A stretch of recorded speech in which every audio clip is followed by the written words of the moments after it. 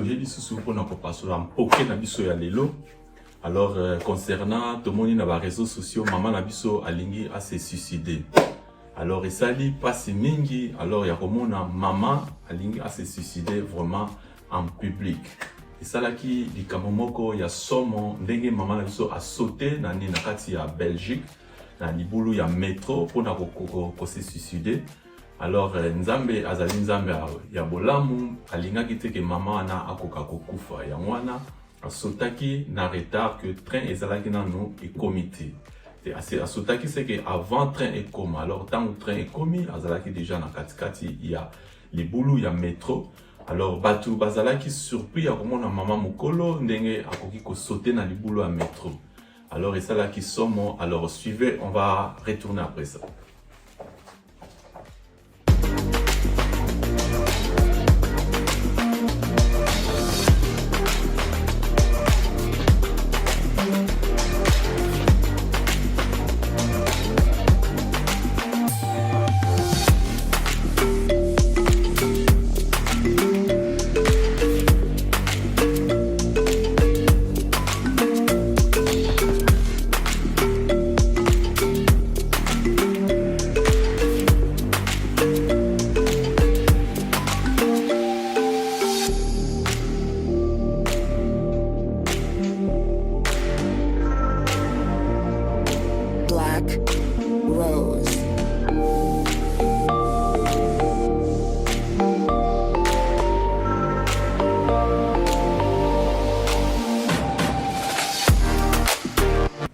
Oui, bandeko, bauti kolanda moi extrait oyo maman ndenge asotaki na libulu ya métro vraiment esalaki likambo moko ya somo.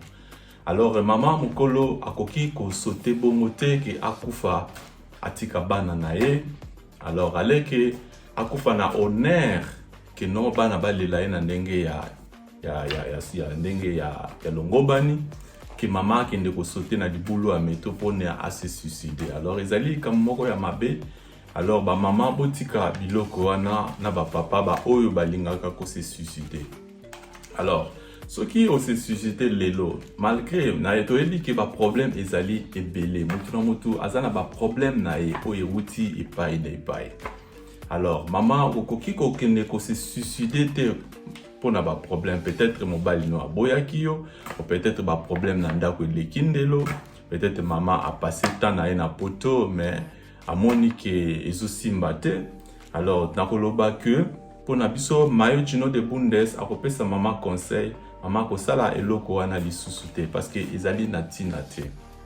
Soki lelo na temps osotaki wana ke train eye ebeti epanzi yo okufi. Alors okokende wapi? Parce que il faut bokani sa rappeler nazo se suicider na okende wapi? Parce que après la mort il y a encore vie mususu ezali ezozela biso. Alors il y a la vie après la mort. Parce que bochaka na mitute kaka néant soki na kufi molimo na nga pe kufi na ke na ngai kaka bongo na opema. Non, okopema te. Tant que ozana ba problème, osala batu mabe, osala oyiba biloko batu, oteka ba nzungu batu, soki lopango batu, osala soki ozana ba nyongo ya batu, il fallait ofuta. Ezali nango ozwa peut-être ba contrat OK au make business et simbite. Alors maman ezali te ke o se suicider parce que tant ozo suicider wana nyongo awa na poto jamais nyongo ekendaka pamba. Nyongo soki yo futi yango te bana na yo ba ko futa yango. Soki yo futi te bana no ba futi te bana ya bana na ba ko futa yango parce que ezana nyongo moko butu moko te akoki koloba ki a échappé na nyongo. Non, pas à la kate. Alors en tant que biso vraiment to nimela Jésus-Christ de Nazareth.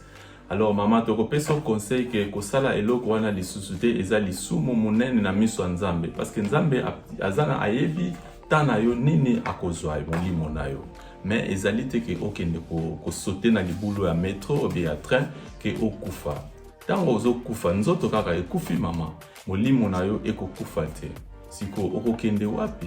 Tawana nyonso nzambe atikelaki yo na mabele ke o vivre. Alors yo ok ko passer yango na monde invisible, c'est que okende ko salela Satan Alors na tawana ti tango nzambe akoya ko récupérer molimo oyebi tawana nyonso ko salela nani Satan.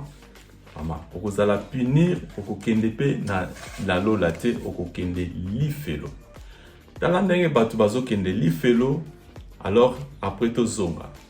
Suivez.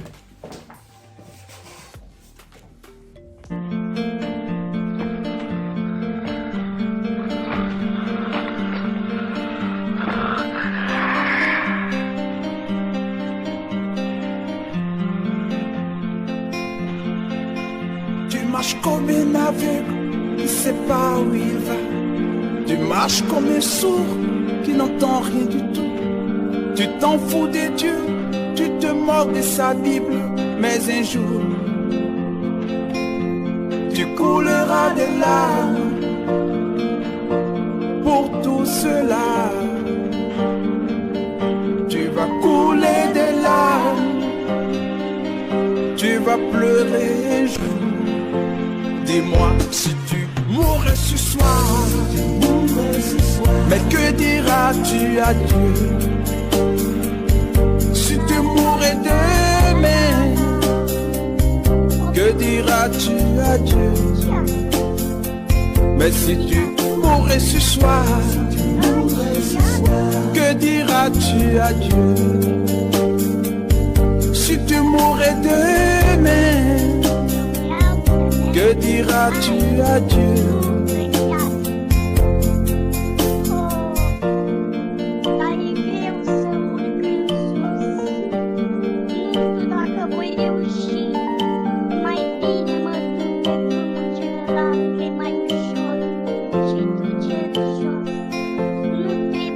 Tu peux tout avoir dans ce monde pourri, les plus belles maisons, les plus belles voitures, toutes les plus belles filles viendront à tes pieds. Mais un jour, tu couleras des larmes pour tout cela. Tu vas couler des larmes, tu vas pleurer un jour. Dis-moi si tu mourrais ce soir, mais que diras-tu à Dieu? Si tu mourrais demain, que diras-tu à Dieu? Si tu mourrais ce soir, si tu mourrais ce soir.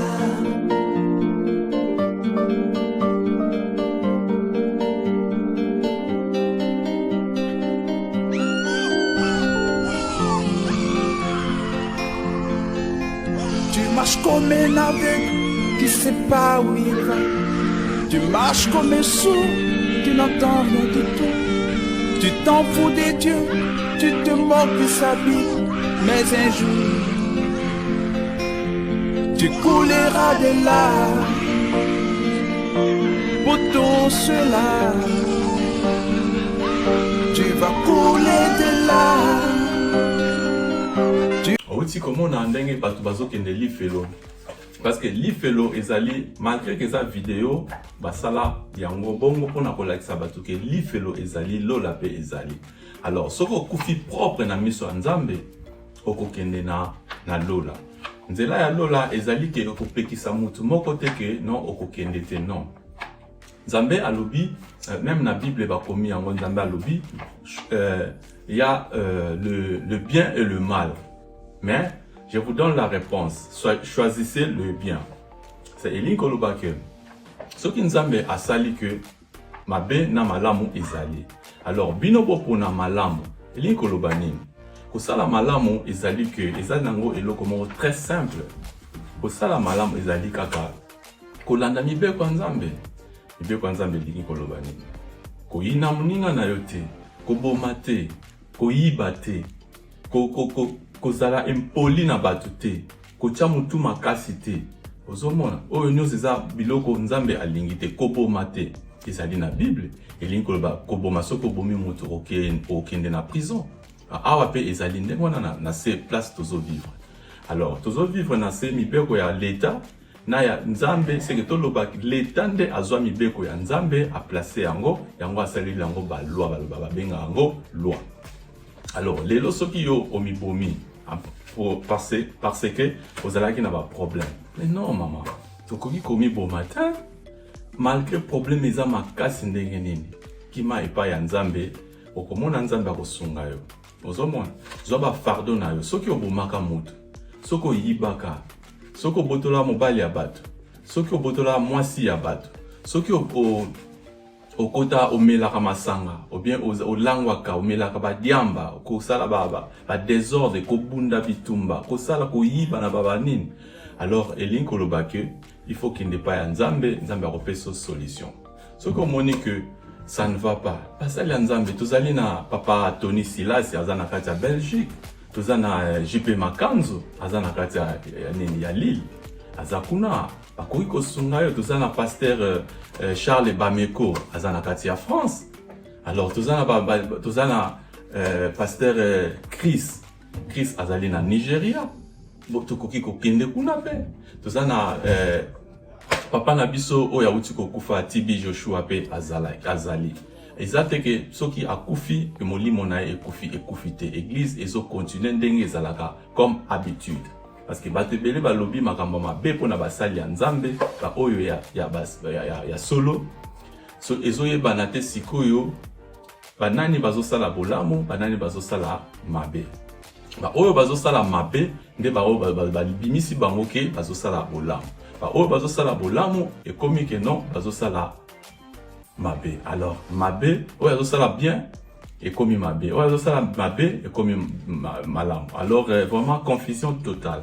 Mais yo nde kosenga discernement na Nzambe alakisa yo église nini okoki kobondela, église nini okoki kosambela.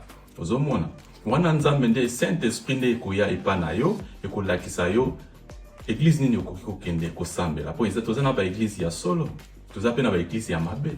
Alors maintenant c'est Saint-Esprit qui va te guider pour chercher là où tu peux prier en vérité. Na ndenge ke ya solo parce que biso to confondra makambo. Nous africains tozali na confusion moko totale vraiment. Okomona ozokende kosambela. Tango ke kosambela, yo kanise ke naza na ngai soki na sali na ngai lisumu eza nango problème te na kokende église na ko Nzambe ako pardonner ngai. Bien sûr Nzambe ako pardonner yo. Mais totalaka sikoyo tango sali mabe bala liboso otikit. Deuxième fois otikit. So pour Monique ezo continuer alors au sengi bolimi se pa Nzambe alors au se repentir. Alors na ndenge ya solo il faut ko tika lisumu masumu batika rango une fois pour toutes tes mains. Okotika lisumu lelo osbandai koyiba o décider olobi na koyiba lisusu te sikoyo eza tant que natika moyibi. Na bandai ko finga batu ko tonga batu. Alors pour le moment ngala ko tonga na ngali lisusu te na tiki kotonga batu. Obandai koyina batu. Moninga akosombe loko na ye ya bien, oyini na likambo ezanga tina. Alors, moninga akosala neti Sister Debs afongoli si chaîne na ye ya kitoko, bokomi koyina. Oh non, pona nini afongoli chaîne na ye. Mais non, ezali mutu na mutu azala likabu oyo Nzambe apesa ye. Koyina na ezali mabe. Kotonga ezali mabe, koboma ezali mabe, bon, kofinga batu ezali mabe, koyina basali na Nzambe, bien kotonga bango, bien ko critiquer bango na ndenge, azosala bolamu, yo ozo critiquer ye ke non, azosala mabe. Alors, incompréhension ezokota total na société na biso, yango wana omoni ke Nzambe alingi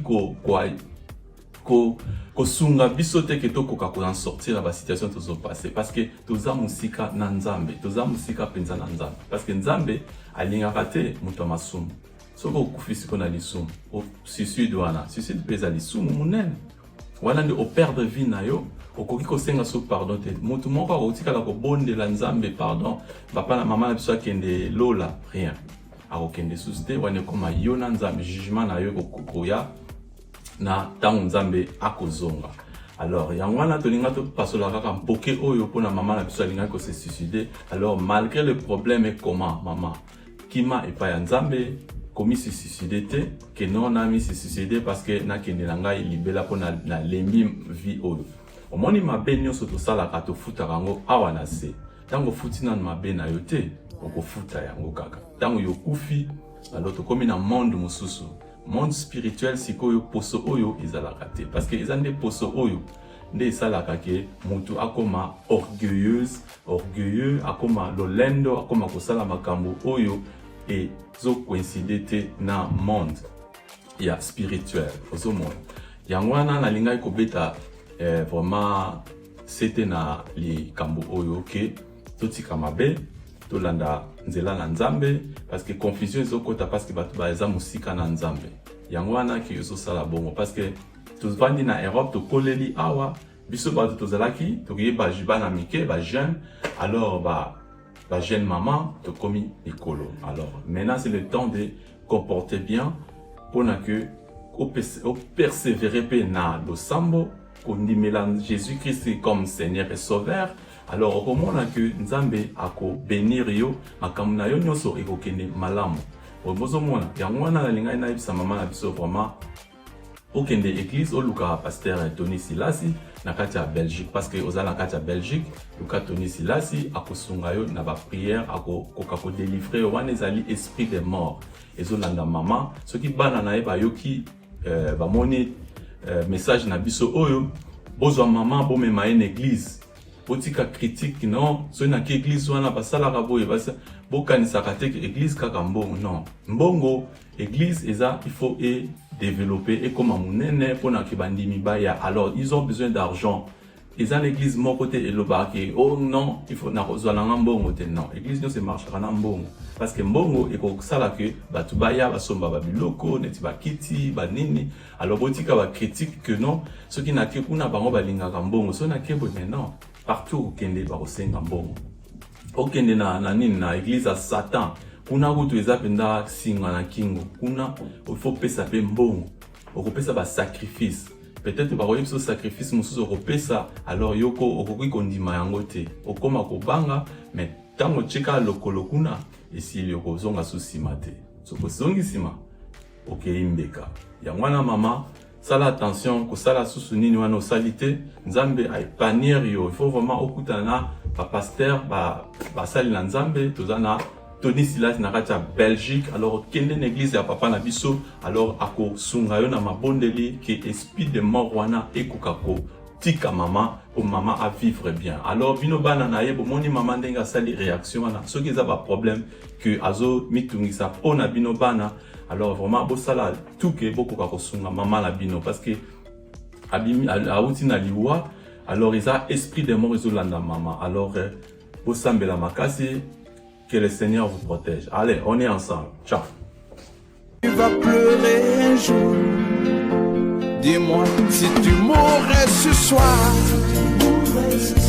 Que diras-tu à Dieu? Si tu mourrais demain. Que diras-tu à Dieu? Si tu mourrais ce soir. Que diras-tu à Dieu? Si tu mourrais demain, que diras-tu à Dieu? Si tu mourrais ce soir, que diras-tu à Dieu? Ouais, je salue Serge Mayomona. Hello everyone, watching me from around the world. I've got some great news for you. Make sure you subscribe to the YouTube channel.